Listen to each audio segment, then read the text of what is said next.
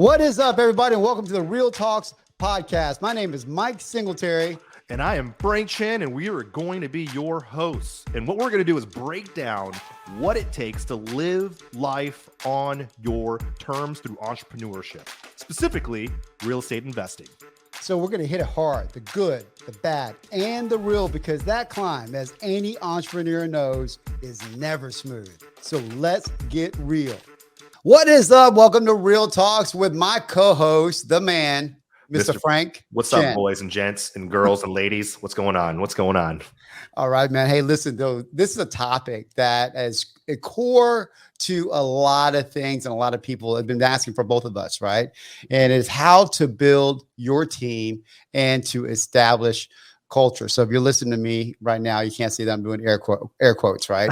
But you know, Frank and I are talking about this right now because I've done this on several different with several different businesses, with several different industries. And, you know, I do not have some type of process that you would think. I do have a process, but it's not as defined as you would think. But I found out some truths on this that is no matter what industry, no matter what the person is, it is always a standard truth that goes on, that moves on. Does that even make sense? Does that even make sense? No, it doesn't. No, of course it does, man. Of course it does.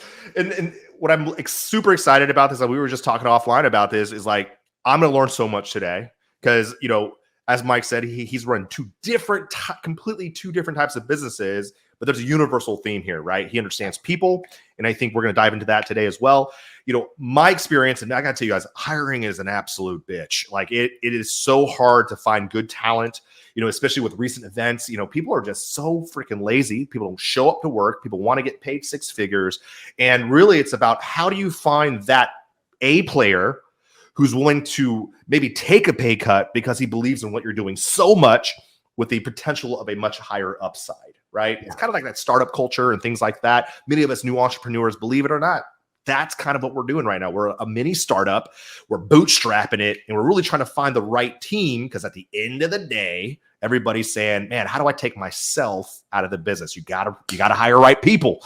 How do you manage the right people? But most importantly, how do you keep the right people? So hopefully we can talk about most of these points today. So when you leave here, if you're on the fence about wanting to hire somebody or letting somebody go, or you'll have a bit more clarity and confidence to make those decisions. Yeah, man. See, you're way more eloquent than I am about how to introduce that. But absolutely, dude. So, you know, just like you said, man, it's just about people, right?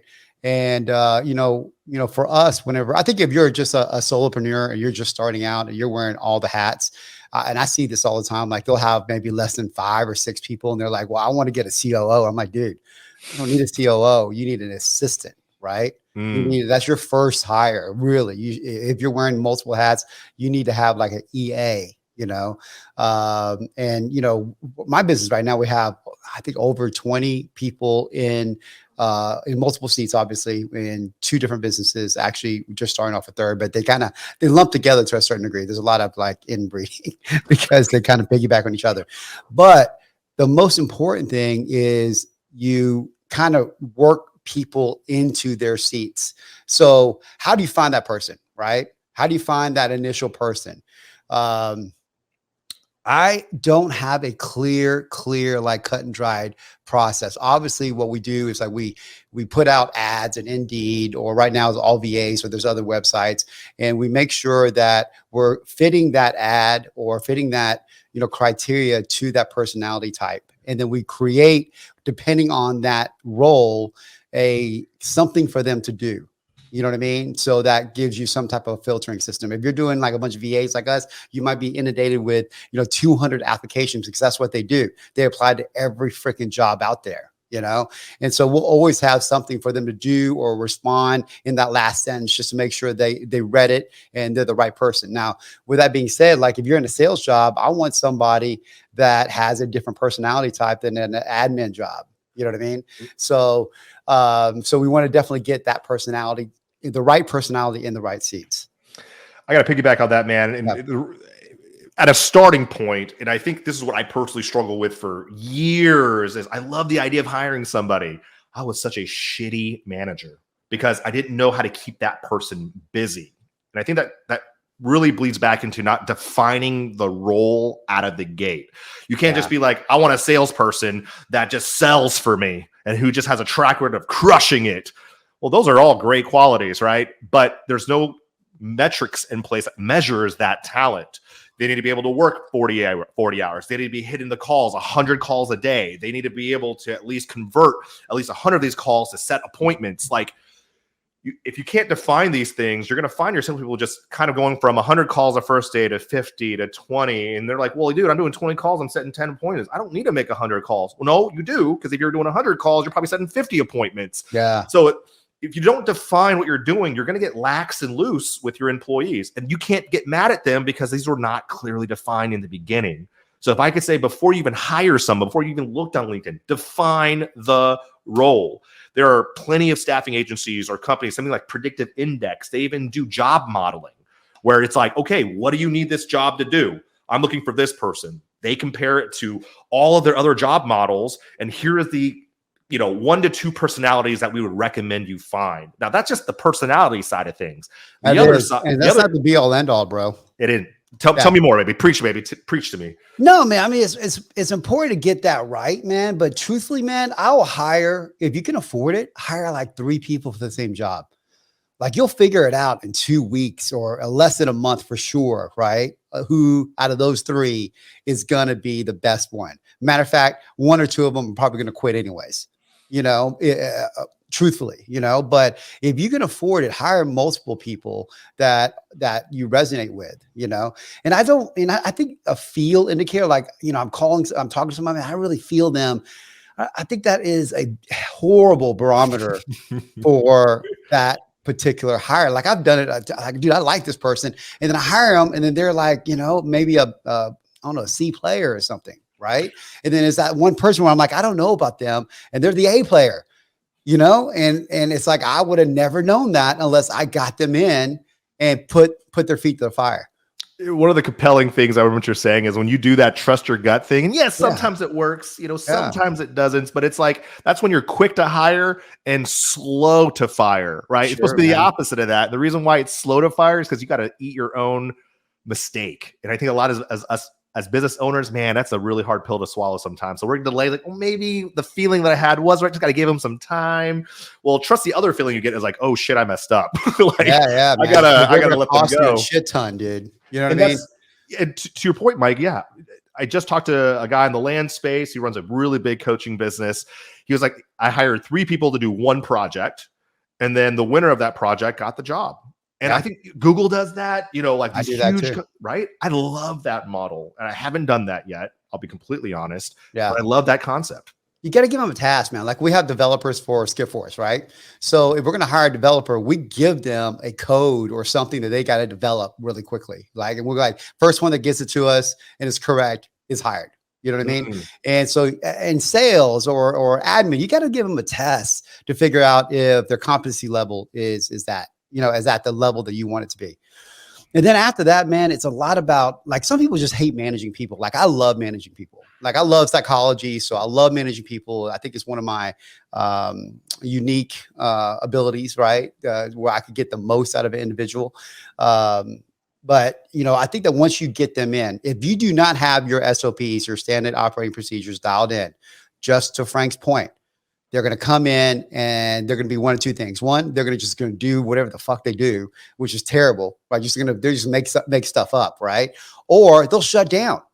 Right. Because there's no expectations and there's no clear guidelines. And if you don't have clear guidelines, it's super easy. Record everything that you do for that particular position, get it transcribed, all this stuff you could do for next to nothing now. Right.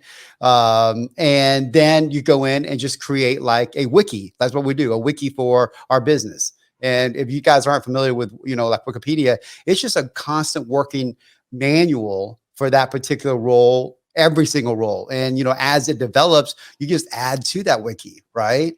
And that becomes almost like your operating manual, right, for each job. Here's what I love about SOPs, because believe it or not, huge companies, 7-8-figure companies, believe it or not, they don't even have defined SOPs, right? They hire the role and they don't even think about how much time it takes to get someone up and running. They hope that the person training them is going to do that job. But that's when you start getting into the blind leading the blind. And I feel like when you start looking at infrastructure of your business, and this doesn't have to be a 20, 10, even a 10 people team, even at a base level of 3 to 5 people, if you're trying to do 6 figures, you need to, at like mid 6 figures, you need at least 3 to 5 people on your team. Okay. And these could be VAs, it could be part-time. But the idea here, and again, this is about time freedom too. Anything that I'm going to advise you guys on is incorporating time freedom. You can make a ton more money, but you're going to give up a lot more of your time. That's just the how the scales work. Very rarely are you going to be able to work less and make more money all on your own, unless you're just man. And who wants to do that? Yeah, I mean, everyone wants to work less, make more money, but who wants to like work their ass off in their own business, and then when they're gone, your business shuts down? Like, that's not a business, man. It's horrible, right? It's the worst possible situation to be in. I remember like one of the best advice I got is like, hey, Frank, in order for you to get this, you have to do this. I was like, is there any possible way I can get this without doing this? Like, yeah, if you want to continue to be unhappy. I was like, all right, sold. I'm going to do this. Like, that was the best response to that answer. And the same thing is like, well, is there a way to make more money without having to hire anybody? It's like, yeah, just give up more of your time. Well, I don't want to do that. Well, too bad. Sorry. Exactly, bro. I mean, listen, there's 2 reasons to hire somebody only. Okay. There's only 2 reasons. Are they going to be able to make money for you? Right? Will they make money for you? And the other one's like, will they buy back your time? If they don't fall into those 2 categories, then you should hire them, man. There's no reason. Right? I got a question for you then, Mike. Yeah. 2 things, the way of looking at that is, 1, what is the multiplier that you typically use when hiring somebody? Meaning, for every dollar you spend on them, what dollar should they bring back? I mean, it depends on the role, right? So like on sales, we're looking at a 4x multiple to a certain degree, at least, right? Or there's criteria that we want, but that's not really what I'm looking for, man. When I'm looking to hire somebody, I look at 2 qualities, and on the series of questions, I'll throw in, standard, interview questions, and then I'll throw in a pattern interrupt just so I could get, I could figure out these 2 things. How do they look at a problem? Well, how do they look at things in their life? Are they intrinsic or extrinsic? So what that means is that when they see a problem on something, is it because, hey, this happened and it was out of their control, or was, hey, this happened and you know what, I did this, and I tried to overcome it and stuff like that, right? So that's a really big way of, for me, defining that person if I want to be around them, because I only want intrinsic people on my team. I only want people that sees a problem and go, man, I'm going to figure this out. Right. And it just makes for a much better culture. It makes for a much better environment. And like my team, like I hate micromanaging. I can't stand it. I don't do it. You know what I mean? So if you don't have an intrinsic person that's going to figure it out, that needs to have their hand held every second of the way, it's going to be a problem. You know what I mean? And especially since I'm 100% virtual, it's a big problem. So I always tell them this. I was like, listen, you're 100% virtual. Even though we monitor your laptop, there's ways of getting around it. I don't really give a shit. I could care less if you are working from 9 to 5. I want you to be available when you're available. What I care is you get it done. Right? When there's something to get it done, you get it done. And I see them, and I see them working like on the weekend or, after hours, but I'm not monitoring if they're taking an hour off during the day. Right. I mean, so my business model is different from the rest, but going back to this, man, I want them to be a problem solver. You know what I mean? And that's a big deal. All right. So my follow up to that is, I personally struggled with this. I've even talked to my CFO, and we're like, okay, what are expenses, P&Ls? Like, how do we take the people you've hired and translate that into revenue? So you talk about like EAs, people who are hired to save you time, right? Maybe not sales, but time. What is the metric there for you? I'm curious. Are the value there, right? Say you're paying an EA $45,000, $35,000 a year. Maybe the better ones. Fucking crazy. I mean, if y'all are paying EAs that much right now, I mean, because you can get an EA from overseas, and truthfully, they could do everything. And you're talking about PhD level, master's level people for a fraction of the cost.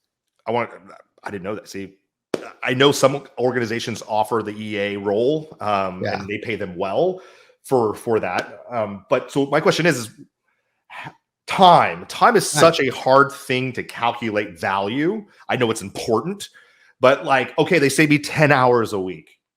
well, am I making up an arbitrary number of, well, I pay myself 10K an hour, so that's 30K they're saving me? Or if it, because sometimes I struggle to fill the gaps of my time when this person gives me back that time.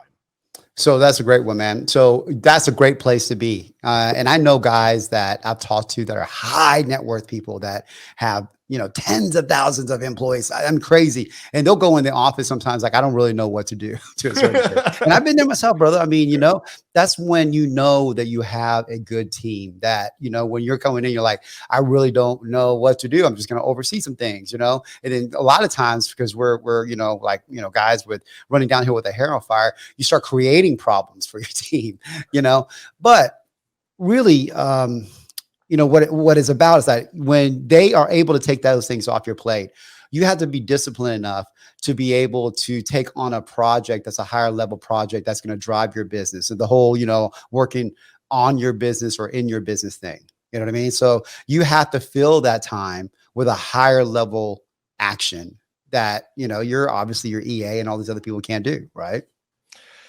That's actually a really good point, man. I think that's where my personal disconnect comes from, is that when you're so involved in your own business, you haven't even given yourself time to think about the on part, right? Focusing on your business. What relationships, if I spend these extra 10 hours on, would bring in tenfold of what I'm doing in my business right now? Yeah. Right. Yeah. So hiring the right person allows you, and of course it comes down to that discipline word, to really start thinking much higher level, which maybe in your current state, you're just so busy, you're too tired, you're too busy like training or like putting out fires. You're just not allowing yourself to elevate and really scale your business to the next level. Dude, that's on point. So elevate. So I'm a big frequency guy too, right? So I'm all about frequency in a lot of different levels, and your business is only going to grow as high as you're capable of taking it. That's it. I mean, your level of vibration has to increase. Your ability to solve bigger problems, think bigger, do bigger things has to increase if you want your business to increase, because that's it. It all stops with you. And so that free time really needs to go into acquiring new skills for yourself to elevate everybody else that's underneath you. I guess it's gap in the gain, right? Like I can't discount me joining masterminds and increasing my network and building the brand awareness, right? There may not be do it right now. Yeah, exactly what it is. There's not an immediate monetary return. So it's not that, they gave me back 10 hours. I'm out here doing all these things and it really hasn't turned into money. Is this really worth it? It's it comes in seasons. Right. I think that also just comes back to being patient and knowing that if you have a clear vision and you continue to do it, it's my hope that these results will follow. Right. This is calculated risk at the end of the day. Don't go into this thinking I think this is important, and at the end of the day, it really adds no value to your business. Then definitely reevaluate. So I think you have to have a beacon, bro. So you can't so, the whole, everybody has core values and sometimes it's, full of shit and sometimes it isn't. But I mean, when you really define that core value, what I mean is that it's so we have the core value out of all of this because it's a personal core value. The acronym is RIOT, right? So results, integrity, ownership, teamwork. And so, everything, because it doesn't matter if you don't get results. Results is the number one. And so we hire and fire. Every decision is based on that. And the thing is, every single person on our team knows it. And sometimes we'll let go of people that we like because the results weren't there, but they had the other four.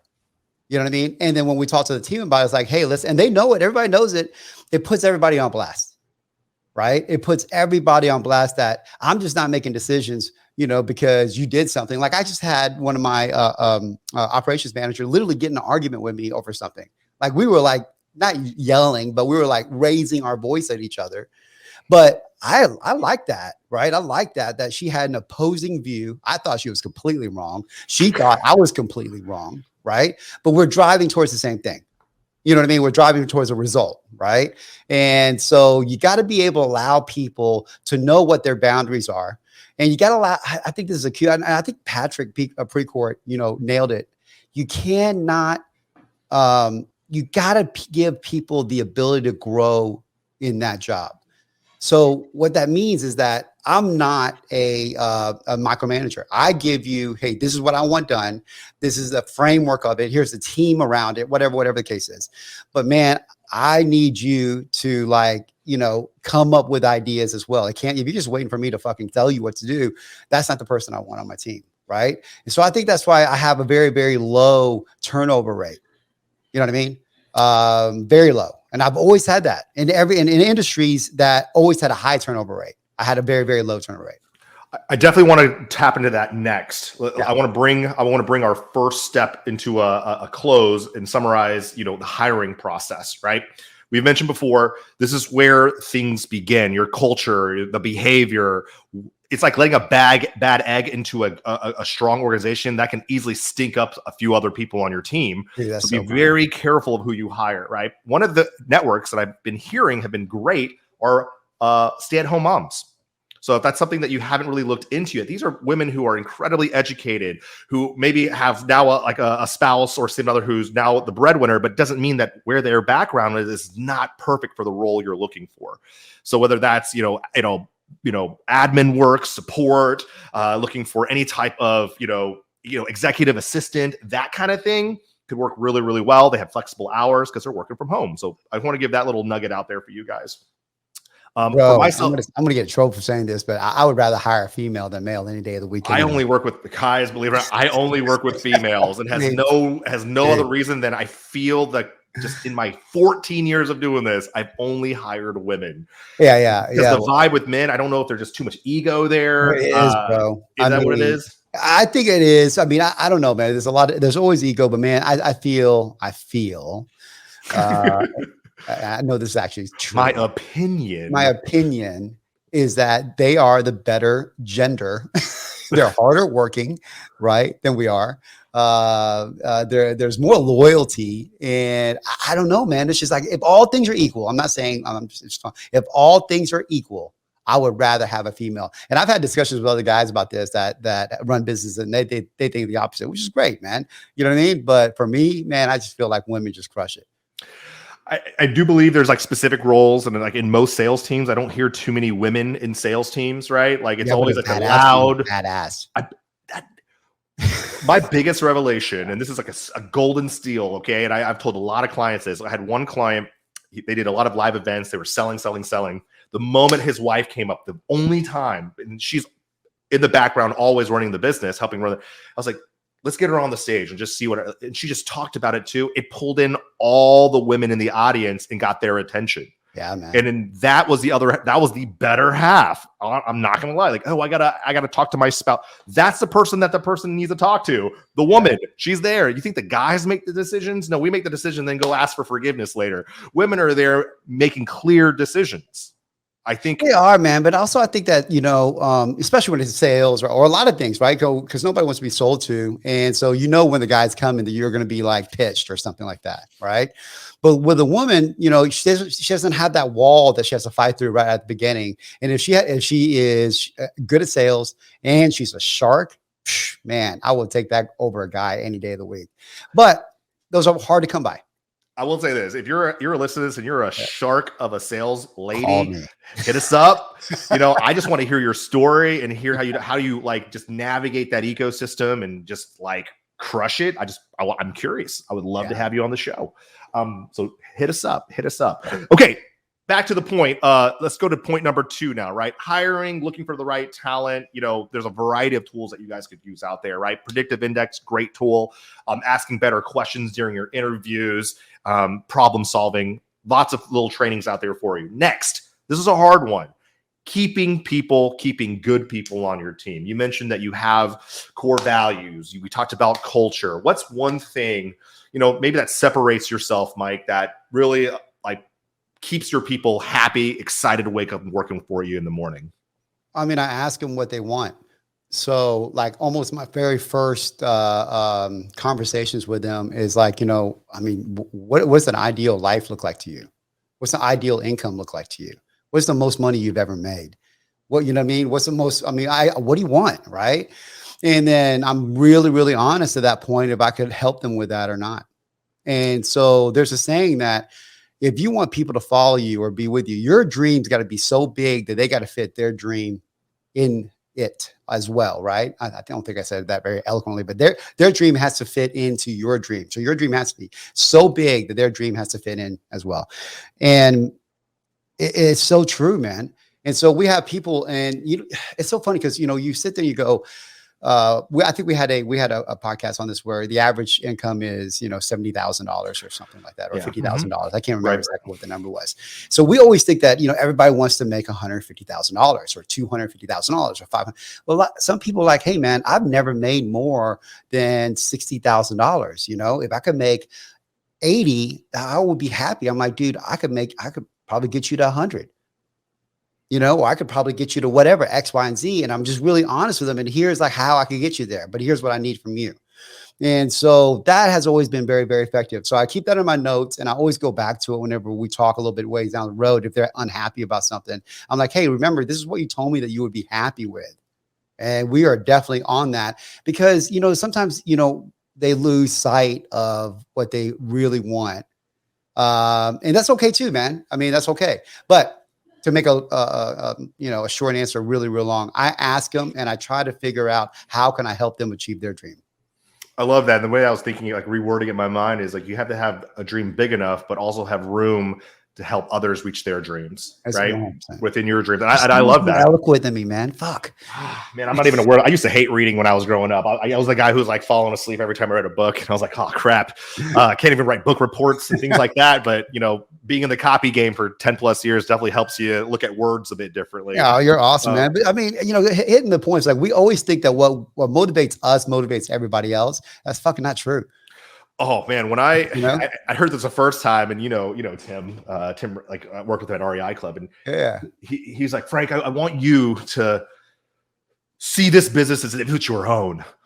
And I know employers that say that, and at the end of the day, being on the receiving end, we don't, because one, it's not our business.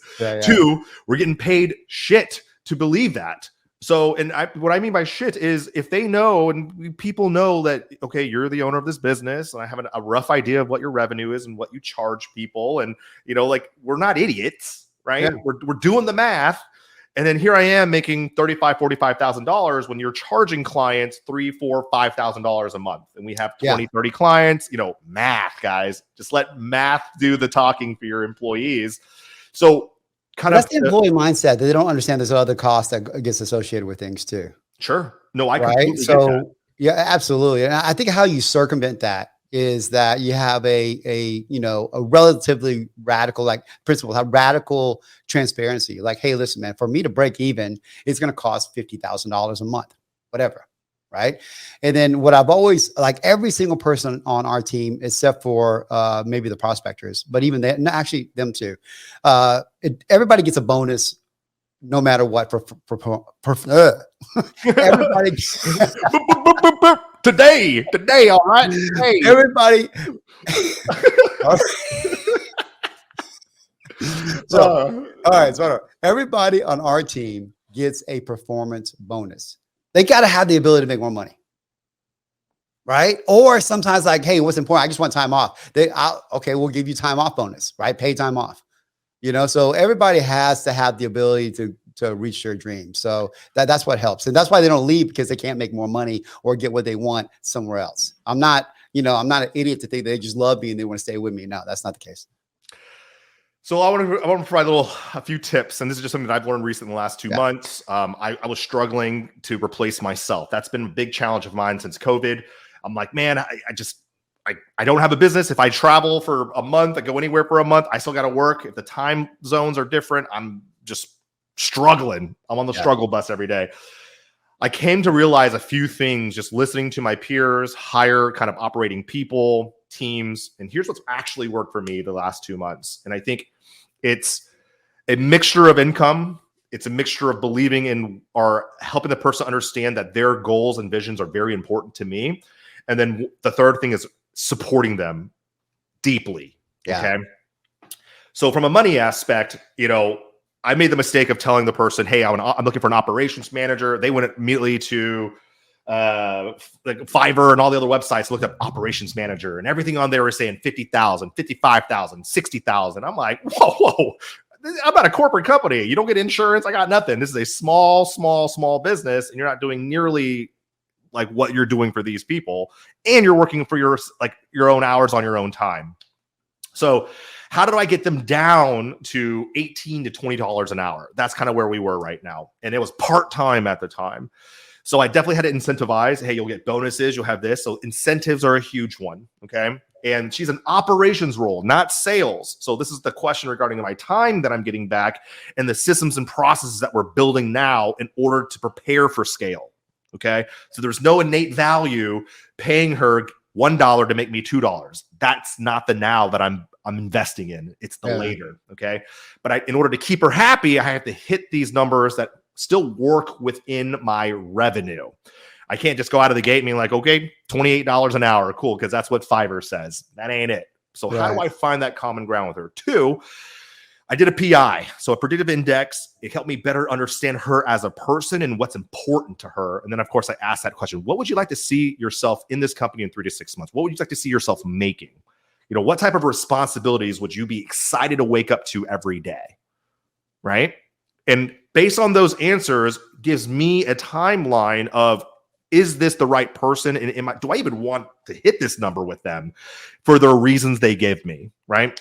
So that was step 2. 3, I did a 3-month review in order to get them excited to work with me and understand if they don't even know your business and they say they're really qualified and you're asking them to take a pay cut, can I even get them excited in these first 90 days? If I can't, then they're probably not a fit here. And I'm not trapped in a contract with them or an offer letter that I can't even sustain or I'm paying for 90 days. And they're not even really earning that money. I think that's the mistake that I made before is just, okay, here's what I paid, results driven. And then I find myself 6 months later, what did I pay you for? Okay. So getting crystal clear. And then she's actually the person who helping me build out my SOPs. Okay. So now this is helping them understand my business on a much, much deeper level. And then here's the other thing too. I bring them in on all of my calls in the beginning, fly on the wall. Here's what I forgot who said it too, but in order to be a good manager, you're the one who needs to be the first to show up and the last to leave. You need to show your team and your employees that I'm the hardest fucking working person here. And that doesn't mean you have to work. Raising kids, dude. I mean, it's like training it's like they're always watching, right? And are you going to be somebody? One, you're watching them like, are you going to be who I hope you're going to be? And they're saying the same thing to you, man. They're doing the same thing, exactly the same thing, right? More than you know. Yeah. Oh no, more than you know. So it really comes it comes to you. And I think whenever you're dealing with stuff like that, because I know I've been like that. It was just because I wasn't quick enough to identify if they were the right person or not. And then I've hired plenty of people and I gave them less. And one person in particular, I let her go. And it was probably one of the biggest mistakes I've made. But I think the main thing was that I could spell it out for her. Like, hey, you'll take less here. But to your point, by this timeline, if we do X, Y, and Z, I can get you here. And that number is always higher than what they ever made before. Right. And then throughout that process, we're always talking about, man, hey, listen, are we doing this to get to what we were talking about? You know, because if they are doing what, is supposed to be done, you shouldn't be throwing a number out that you can't attain, because that's just kind of fraud, right? To a certain degree, they won't buy into you. But if they see that, man, I'm putting this work and effort in and it's happening, they are unbelievably, what I found, people are unbelievably forgiving and loyal if you have the right person, if they know that you're doing your part as well. And this is probably like an unannounced bonus. And this is something that I've learned just in the last year working with my clients, because sometimes they make the mistake of treating contractors like employees. Oh yeah. And reason, the one thing, and tell me what you think about this, is boundaries. For some reason, when people think you're their employee, they have a right to overstep your boundaries because you're their employee. But as a contractor, if you're hiring people 1099, my advice to you is establish very clear boundaries in the beginning and ask them what their boundaries are. It's like, hey, do you have any problems with me emailing you or texting you past 5 p.m., right? Or on the weekends? I never do that. I wish I did. I just do it anyway. You do it. Oh my God. You're the worst. You're the worst. Yeah. Cause I tell all my clients, I work half days on Fridays. I do Yeah, not yeah. work on But weekends. you can still see an email, right? I mean, I don't need you to respond to me, but I'm like, I'm going to send it because it's like right now. I got to do it. Yeah, send it all you want. Text me all you want, but just don't. I'm not going to respond until I'm on the golf Monday course. at 9 a.m. Hey, I got your text. Here you go. I'm very responsive when I'm working, but outside of that, respect the boundaries. These are my non-negotiables that I tell people, right? But I think just at a dating period, when you're hiring someone, if you think you're the coolest thing since sliced bread, cool. But to keep the right people, I truly believe like respecting boundaries day one, and then like my employee respect period, dude. I mean, you know what I'm saying? It's just like, just give them. I mean, everybody. I mean, it's like going back to the thing we were talking about before, bro. It's like everything is personal to me. Nothing is like always just business, right? I mean, everything is personal. I'm going to treat them the same way I would treat any other human being. I try to respect you, and I expect the same in return. You know, I'm not going to blow your phone up at 2 a.m. because I need something. I know there's a lot of entrepreneurs that do, and I get it. But that's just me. So I don't know. And I don't know if you're like a super busy person and all that, and you're just having to like just sign up, just send text messages and do things to your team and stuff. It's like, have you ever just asked them? And if you're the type of person who's like, dude, I don't give a shit if they like it or not, I'm like, you're probably not my cup of tea. Because I tell you this, as long as I've done this, there are business owners that treat their team employees amazingly, and then there's who treat them like shit. And I will tell you this, the ones that treat their teams like shit, it just exudes this just shitty energy. Like when I attend these meetings and they just talk in a certain way at their people, I'm just like, man, this is just a dreadful. I dread attending those meetings. But other ones were like laughing, and I get on for 5 or 10 minutes, and it's like Elon Musk had like those 5 set rules for meetings, such as if you have nothing good to contribute, get out. There is such thing as stupid questions. Like it was such a simple. I'll find that. Maybe we can include it. I heard he's hardcore, man. I thought I was just hilarious, right? If you have nothing to contribute, leave the meeting, right? And it just, as long as you just are honest about that stuff and the straightforward, I think that breathes into culture and behavior. Like if my employer is not a bullshitter, then I'm not going to bullshit him. If he doesn't waste time in these meetings talking about nonsense, then other employees aren't going to waste my time talking about their nonsense. I can't tell you how many Zoom calls were like, oh, I watched the Cubs game, and what about those? I'm like, yo, that's like 15 minutes of my time just talking about, Susan. Shit. Yeah. I can't handle it, man. I hired a guy that was going to be that was my CLO, and he loved meetings. He fucking loved them. He was in meetings all day. I just can't stand it. I need to get in and out, but I want to make this point, and this is like a defining rule that I've always had, right? For your staff, their priority is the customers. The customer is their customer, right? But as a business owner, your staff is your customer, right? So you can't look at I always look at it as like my customer is my staff. If I give them all the tools and resources, and I do that all the time, like I'm sitting there going like, hey, where do you need me? How can I help you? How can I, get you to X, Y, and Z to the results you want? So they are my customers more than anything. And I think that's a mind shift that you got to have if you're going to really build a great team. Oh, I love the way you said that analogy, man. And I got to say, with the one I'm hiring now, my operations manager, she's been with 2 months. She's awesome. She's great. Probably the best hire I've had so far. Came from a referral, just networking. Someone's like, hey, she may be a good fit. She was a good fit. Just kind of supporting her at the deepest level, I think has been really important for her. It shows that you are invested in them as well. Yeah, man. And again, this is a short period of time. You're looking at the grand scheme of things. If you're looking for an employee who will stick with you for 2, 3, 5, 10 years, what's the first 3 months of dedicating your time to this person? Right? It's a lot if you don't have the right person, because you got to do it again. Yeah. And to your point, I think if you've done it enough, you can very quickly get it. They either will get it or they don't get it. Yeah, man. You got to cut them off really quick too. Yeah. And I know that's a hard thing to do, but I feel like it's not. You know what, man? I mean, Talk about that. I have a hard time firing. This is my Achilles. I have a hard time firing people that I know are trying really, really hard. I know that they're putting their blood, sweat, and tears in it, and I'll give them way more rope than I should. So that is something that's definitely cost me money. But because it goes back to the human being factor, right? But when I have somebody that I know that's not trying really hard or that's not giving me their best, man, I have zero issue, you know what I mean, letting that go. And it's nothing personal. It is what it is, you know? One of the sayings in leadership boardroom, when we were talking about like quick to fire, slow to hire, quick to fire, is nobody should be surprised the day they get fired. Right. Yeah. Which means they've been very clear from the beginning. Hey man, you messed up. Can't do it again. All right. Yep. Last warning, right? Like a kid, you're gonna get spanked, you know, you get your spanking, you know, if you don't do it right, shouldn't be a surprise, you know, no, daddy, you didn't tell me. No, it's coming. Maybe I shouldn't use the word daddy and spanking together in the same sentence. Or with your staff.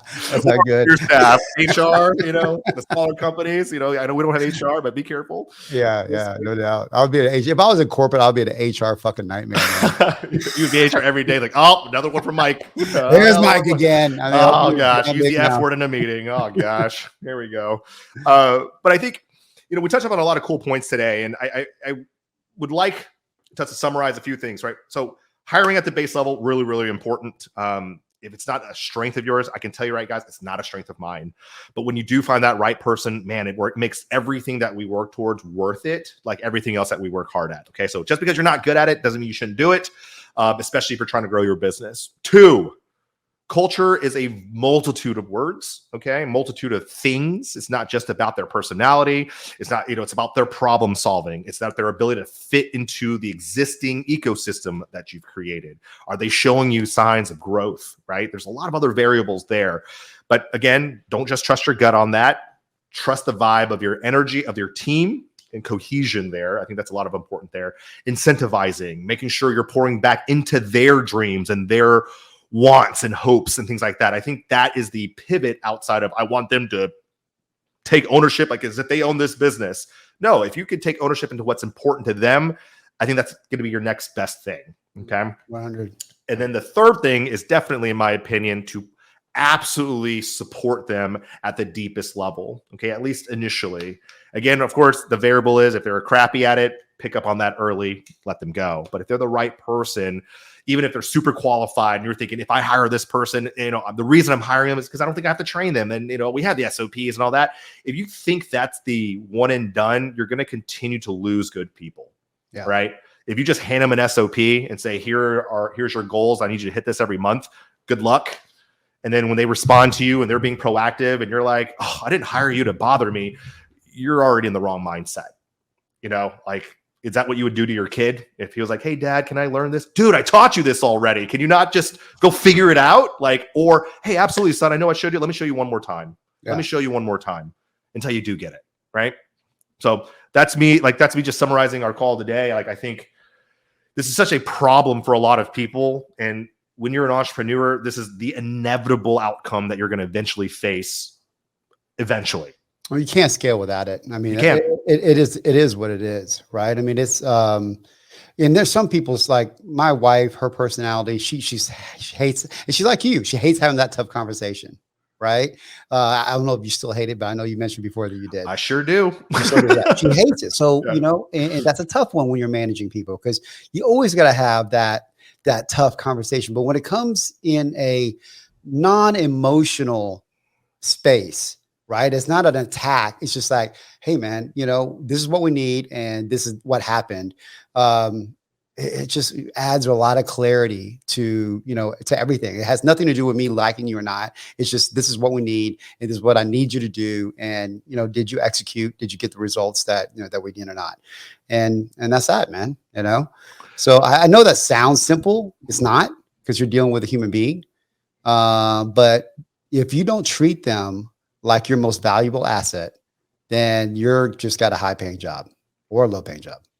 What depends. If I can impress upon anybody here is like, you know, accountability at the end of the day. It's like, if you didn't do if you as the business owner didn't do a good job to prepare this person for success, to let them go because you didn't support them well is a poor reflection on yourself. 100%. And I think you're also denying something that's going to continue to haunt you until you do figure it out. Right. So ultimately the whole process is it's your fault, ownership, right? So either you didn't hire the right person, you didn't train them well enough, you didn't give them what they needed or even understand what they needed. So somewhere along, it's not them, it's you. You know what I mean? And you got to take ownership of that. It's a hard. Hey, we're here dishing out medicine every day, guys. If you want to come back for your daily dose of getting kicked in the teeth, we can do that for you. Always, just wait till the last 5-10 minutes and we'll kick you in the face for free. No problem. Just for your time. That's the gift we give, and it keeps on giving. So, Mike, right. I love the session today. It even got me thinking about, because I'm thinking about hiring probably once we hit a next revenue benchmark, we got to bring on another person. That's what all the effort my operation manager is building out now. I hope those who have listened up to this point, if you're in the process of hiring someone, this gave you a little bit more clarity on if or when you want to pull the trigger. And two, if you've been thinking about these things with your existing team, if there's things that you could be doing better in terms of communication and clarity to really uplift, again, we're air quoting the culture word in your business, start identifying those things. These things can create exponential growth or cohesion within your business. And when there's cohesion in your team, it really just translates to growth in your business, right? I'm not just talking from everybody feels good and we're all getting along, and it equates to revenue. Because when people are feeling good and people are winning, they want you to win. Because when you win, they win more. So think about that energy that you're currently creating in your business today and what you can be doing better tomorrow. So that's my 2 cents, brother. That's it, man. All right. Hey, everybody, thank you so much. Show notes are on the bottom, and see you next week. Take care. Peace. So that's a wrap. Thank you, everybody, for tuning in. I hope you received value from this episode. If so, please share this podcast with your friends so we can help more people just like you. Also, hook up with us on Facebook, IG, and YouTube at REIL Talks. That's REIL Talks. So until next time, keep it cool and keep it real.